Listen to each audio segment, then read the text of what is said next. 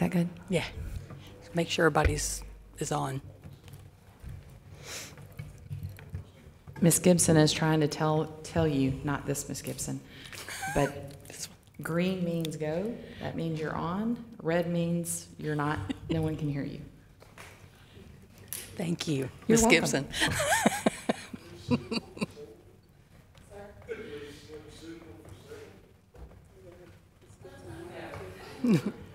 Please no.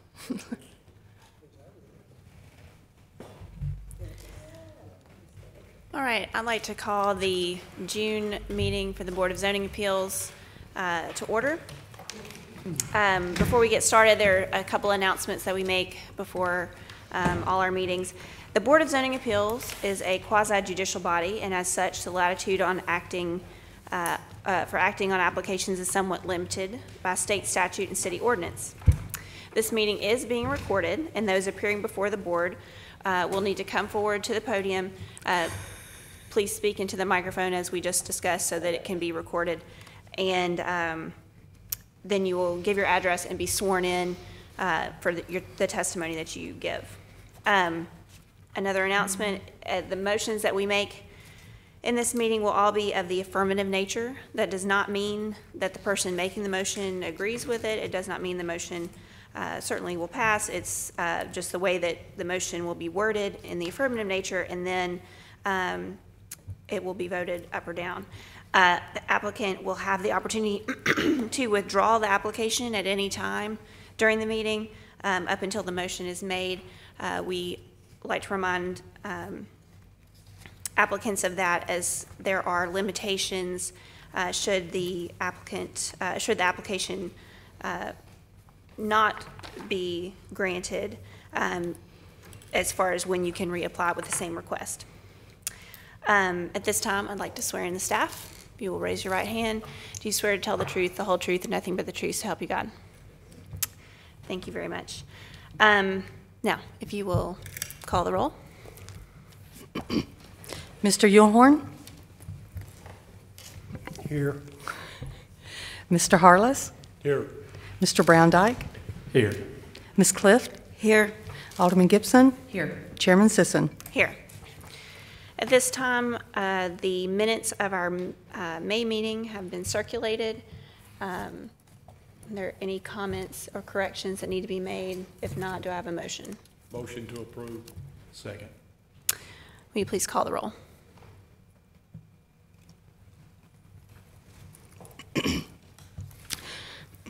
Mr. Yulhorn? Yes. Ms. Clift? Yes. Mr. Harless? Yes. Mr. Browndyke? Yes. Alderman Gibson? Yes. Chairman Sisson? Yes.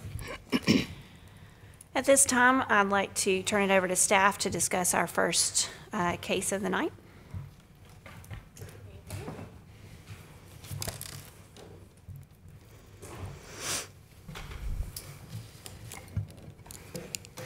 The first case before you this evening is a use on appeal for a new wireless facility which will be located within an MLG&W transmission tower in 4G Park.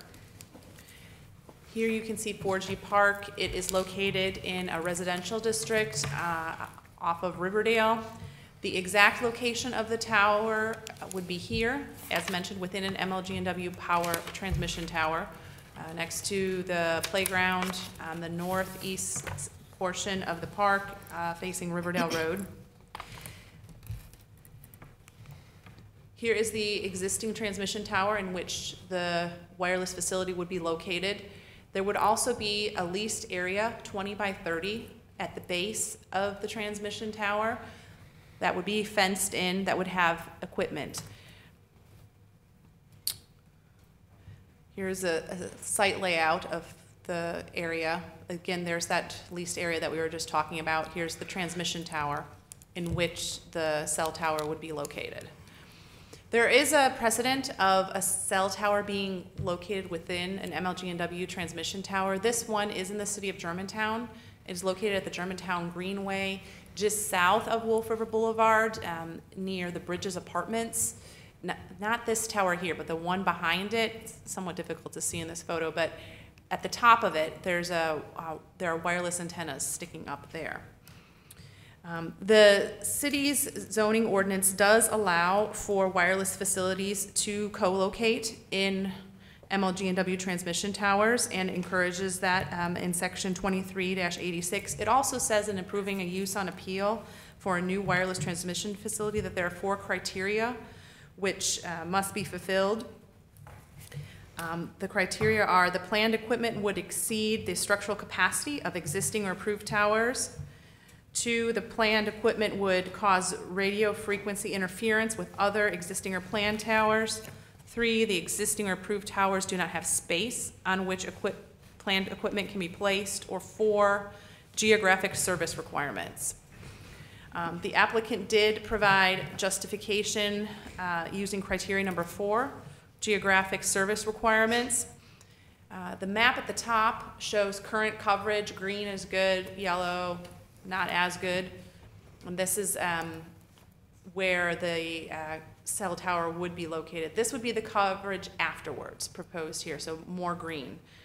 This proposal was reviewed by various city departments, and police mentioned that they do sometimes have coverage issues in this area, so they would welcome additional coverage for this area.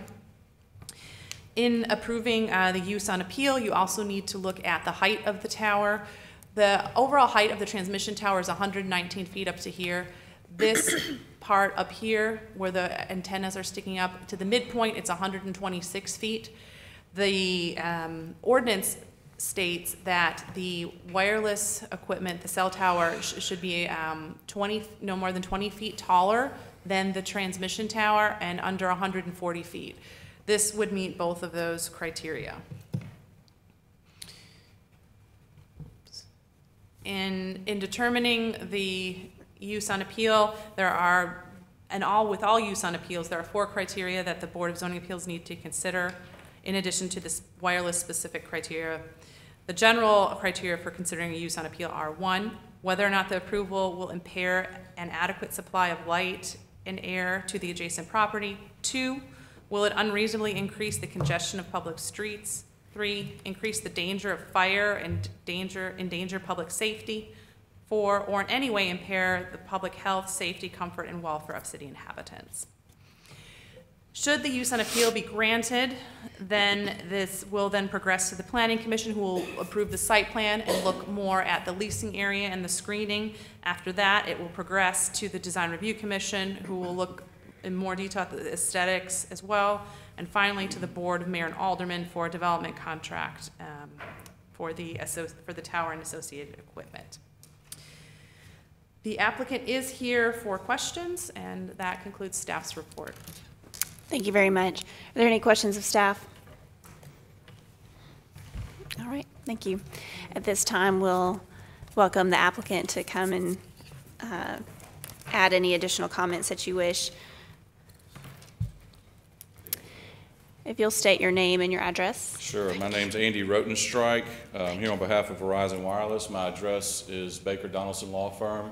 I'm in our Birmingham office, 420 20th Street North in Birmingham. All right. I've got with me CC Drayton. CC's in our Memphis office here and has been working with me on this project. I think I drew the short straw, which is why I could stand up today. If you'll let me swear you in Sure. before you give testimony. Do you swear to tell the truth, the whole truth, and nothing but the truth, so help you God? I do. All right, go ahead. Sarah actually took all the thunder away from me. That was a great job, Sarah. Thank you. I have some handouts that might better show some of the drawings, but yeah, let me go ahead and hand those out to you. I think I should have enough. Thank you. But as Sarah said, this is a little bit of an unusual installation for a cell tower, but we're doing it because we're in a residential area and because we had an MLGW transmission tower there to use, and MLGW has been good to work with. We don't see many of these in many other states, so the fact that MLGW allows us to do this is a big deal, and we try to do it when we can. But the ultimate goal of doing this type of installation is to follow the intent of the ordinance, which is to build towers in the least obtrusive manner possible. So with the fact that you've got this large line of tall transmission towers running through this area, we were able to come up with a design that would best camouflage or stealth the pole. So as Sarah said, the existing transmission lines there, we simply are going to install and construct a monopole design up through the middle of the tower. If you look at the documents that we just handed you, the first one indicates why we need to be in this general area. The red circle on that aerial map is the search area.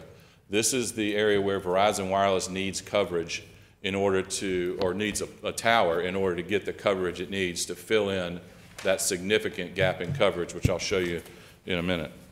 If you turn the page, this was the, in essence, the tax map showing the property in question. Again, the entire yellow area that's not the park is part of the MLGW easement. The next page are the same photos that Sarah showed you. The top one shows the exact transmission tower that we're proposing to build the pole within. And then the area on the ground in the bottom picture shows where the 20 by 30 lease area will be. Within that lease area, we'll have a compound that'll house Verizon's radio equipment. We will be using cabinets instead of a shelter, so they will not be taller than 6 feet. Your ordinance requires a wood fence around the shelter, which we will do, and it also requires landscaping, which we're happy to do as well. So we'll meet the ordinance with regards to those requirements. The next page is the page that's actually up on the screen. I just highlighted the pole for you, and it shows two different views, but you're looking at a transmission tower with a pole in it, so it's going to look the same. And then at the top, as pointed out, is the area where Verizon's antennas will be. Like Sarah said, the ordinance allows us up to 140 feet. We're only proposing 129 feet to the top of the antennas. We can go 20 feet above the transmission tower. We're only going 10. So we come within the ordinance in that regard. The last page is really just a photograph up close of what one of these looks like. This is not the same one that Sarah showed, but it does kind of give you an up-close view of the type of installation. So with that said, we believe we meet all the criteria with regard to the 4 points that Sarah raised. No fire hazard, no public health, safety, and welfare issue. I mean, this is a pole. There's no light, no noise, no odor, no dust, no traffic. Once the tower is built, it will be visited about once every 4 to 6 weeks by just a single pickup truck or utility vehicle for someone to check on the radio equipment to make sure it's operating properly. We'll be parking in the parking lot off of Great Oaks Road, I believe, where the parking is for the park, and our technician will access it via walking down the path to get to the pole, similar to how MLGW accesses their pole there. Other than that, we think we have met all the requirements of the ordinance, and if you have any questions, I'll be happy to try and answer. Thank you. Is there any questions of the applicant? All right, thank you very much. At this point, I'm going to ask if there's anyone else in favor of the application that wishes to speak. At this point, is there anyone in opposition of the applicant that wishes to speak of the application? I'm not sure as to where this is going to be. I'm sorry. If you wish to ask a question, if you'll come up here and so we can get you recorded, we'll need to swear you in as well.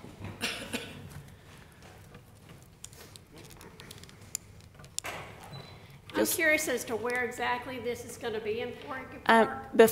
Before we get to that, if you'll state your name and your address. My name is Jackie Adams. I live at 1694 Neshoba Trace Cove.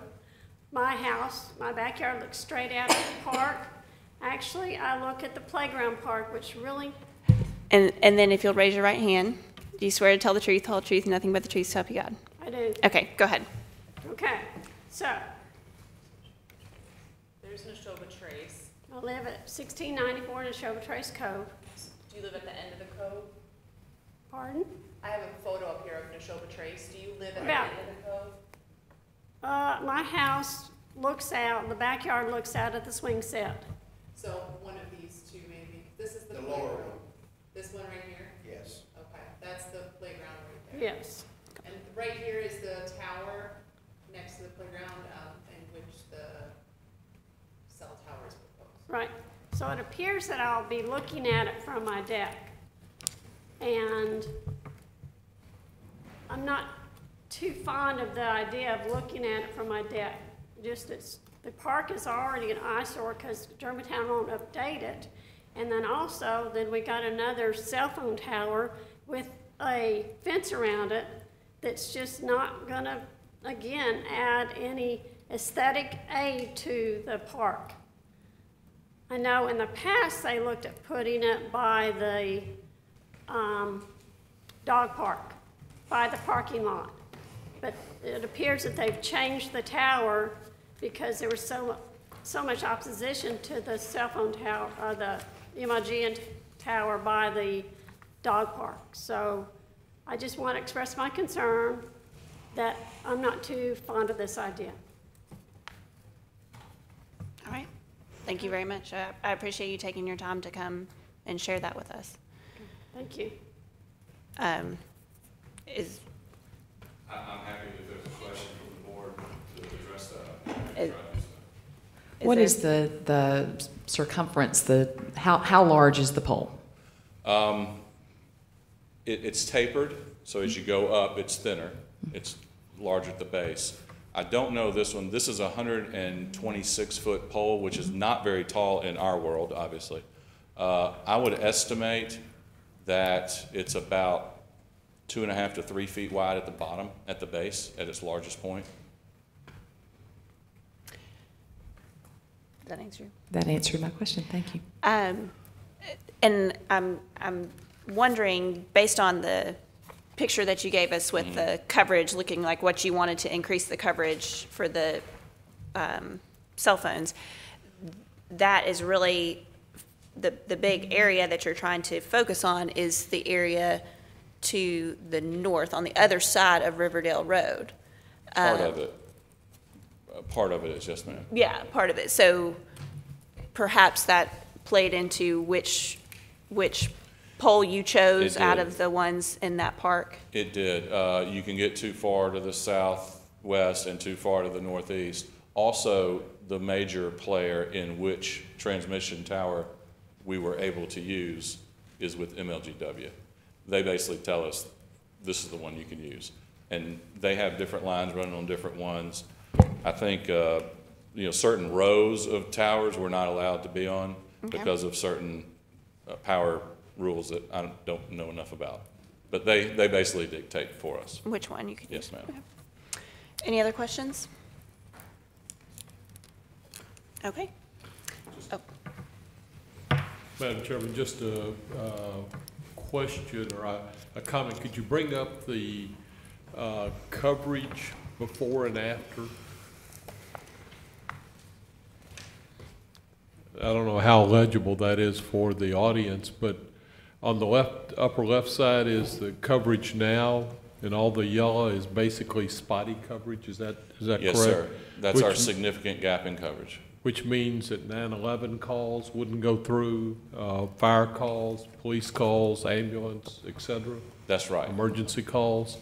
And if I look at the lower right-hand side, basically it's significantly greener, which sir. means that there won't be dropped calls. Is that, That's exactly right. And that's why we're putting this here. okay, I just wanted to make sure I understood. Right. Nowadays, about 80% of 911 calls come from cell phones, and if the cell phones don't have the coverage, they can't connect the call. Also, when you hear about victims being located due to dings off their phone, if they don't have that signal, that coverage, they can't do that, which I think led to the comment that Sarah mentioned from the police department. Very good. Thank you. Thank you. all right. Is there any other questions, comments? If not, do I have a motion? Move to approve. Second. All right. We have a motion and a second. If you'll call the roll. Mr. Browndyke, Yes. Mr. Harless, Since we're going to be getting so much better coverage in this area, and we've had a lot of Germantown residents complain about not being able to make emergency calls or have dropped calls. I vote yes. Mr. Yulhorn? Yes. Ms. Cliff? Yes, because it will improve the 911 coverage. Alderman Gibson? Yes. Chairman Sisson? For the reasons previously stated, I vote yes. And the motion passes. This time, we will move on to the next item on our agenda. I'll turn it over to staff to review that application.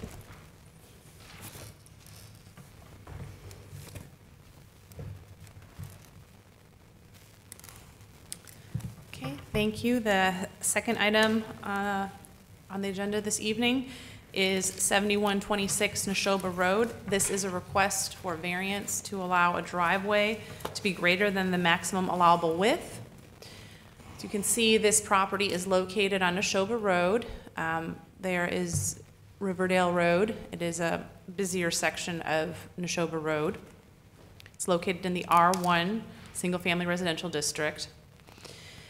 The applicant is requesting that a section of his driveway be larger than the allowable width. The maximum allowable width is 18 feet, and then once one gets within 20 feet of the garage, it can be as wide as the garage. In this case, that is 18 feet. As you can see here, the applicant is requesting a section of the driveway be larger than 18 feet. This requirement of an 18-foot width driveway is in the front yard setback. Once the driveway progresses beyond the front yard setback, we don't have a regulation for that. So this section is the section that is encroaching. For 8 feet in length along here, it is, for 8 feet in length, it ends up being at its widest point 31 feet. That's 18 feet of driveway plus a 13 feet of pullout. The applicant did apply for a curb cut permit to redo his driveway. As you can see here, this was what the driveway looked like beforehand. This is the driveway now. The contractor went to pull a curb cut permit through the city, installed the driveway. When city engineering went out to inspect the driveway, it was determined that there was this section that is non-compliant, that is in the front yard setback and wider than 18 feet. The applicant then came to city staff and said the reason for this configuration of driveway is because of the house on Neshoba Road. It is a busy section of Neshoba Road, and that would then give him more maneuverability to safely enter and exit the driveway. In our executive session, Mr. Ross looked up traffic counts, and taking these two intersections into account, over here is Riverdale Road, and here's Churchill Downs Road. This section of Neshoba sees over 6,000 trips a day, so it is a busier section of Neshoba Road.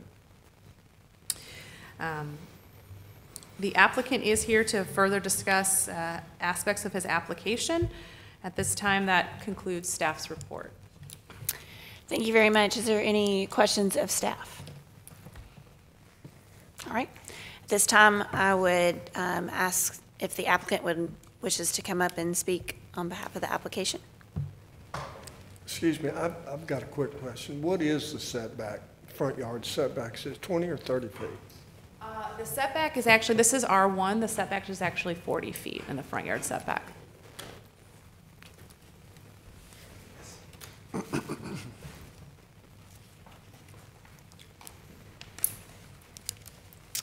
You'll state your name and your address. Patrick Alexander, 7126 Neshoba Road, Germantown, Tennessee. And if you'll raise your right hand, do you swear to tell the truth, the whole truth, and nothing but the truth, so help you God? I do. All right. If you have anything to add to the report that's been given? She did a phenomenal job, so hope the vote, if the vote was yes and then no. but yeah, there is one thing that I'd like to point out, a couple of slides earlier in the deck when it shows the aerial view. So if you'll notice the home immediately to the left, they have access, and granted the driveway was there for a while. But nevertheless, the homeowners prior to us, I guess, failed to to want to exercise those opportunities to have a safer entrance onto Neshoba Road. If you take a look at the home on the left-hand side, of the right-hand side of that, it doesn't have the wider driveway, but it has a side entrance garage that allows them to go all the way back to the back and pull into their garage, back out, and then enter on to Neshoba facing forward.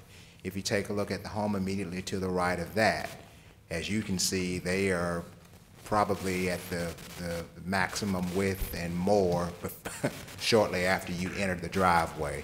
So in comparison, I mean, I've just got a speck more of driveway and not even a fraction of what they have. So I just wanted to point that out. That's all I have. Thank you very much. Is there any questions of the applicant? Mr. Alexander, I have a couple of questions. Sir. One, could we go to the before and after of the home?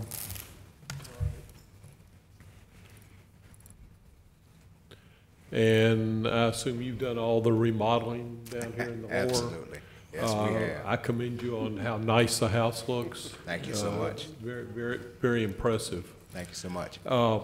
The drive to the right of the garage. Yes, sir. What are you going to do with that? Is that just to turn around in? Are you going to park vehicles there? Or? I park my truck there, but typically I'm leaving before my wife does. So that driveway portion is open for her to turn around at any given time, which is my concern. That's all that will be used for. In fact, my son had a basketball goal there, and I poured a basketball court for him in the back, just to allow him full opportunity to play without ball rolling out in the street, and for that to be considered a use for recreational purposes when it wasn't built for that purpose. Well, that's great.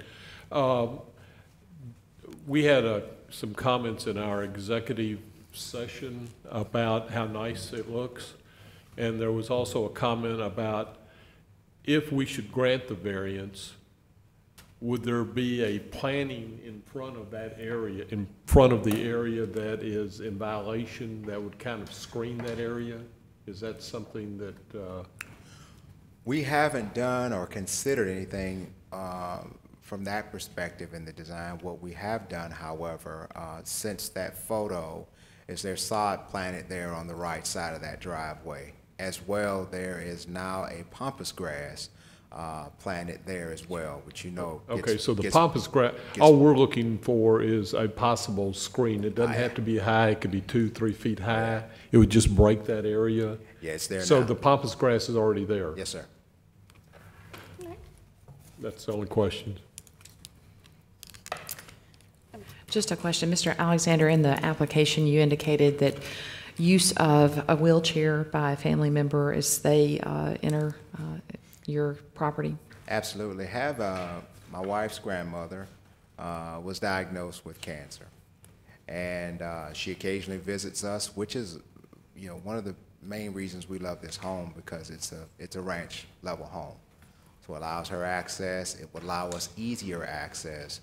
Prior to us building the additional piece of the driveway, as you can see, if there was any vehicle that was in the yard, and typically my truck was there, when she got out of the vehicle, she would have to roll out onto the grass, into the dirt. And as you can see, there's muddy, surface there, which was a significant issue for us.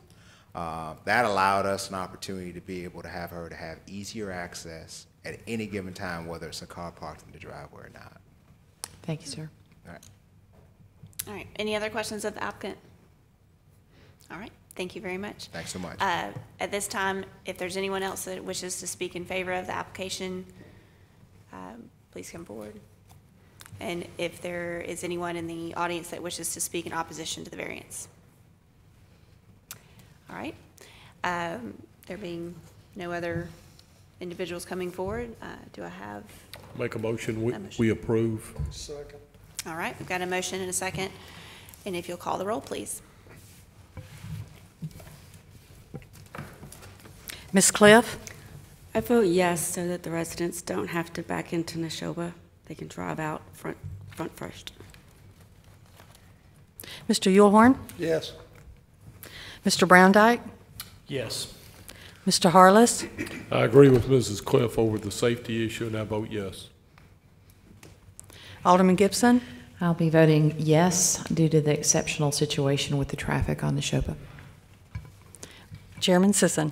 For the reasons previously stated, I vote yes. All right, and that motion passes. At this time, is there any old business or new business that we need to take care of? You know, something like this is great for the city of Germantown. They've taken a house that needed a facelift, and they gave it a great one. Yeah. And there being no more business in front of us, I adjourn this meeting. Thank you very much.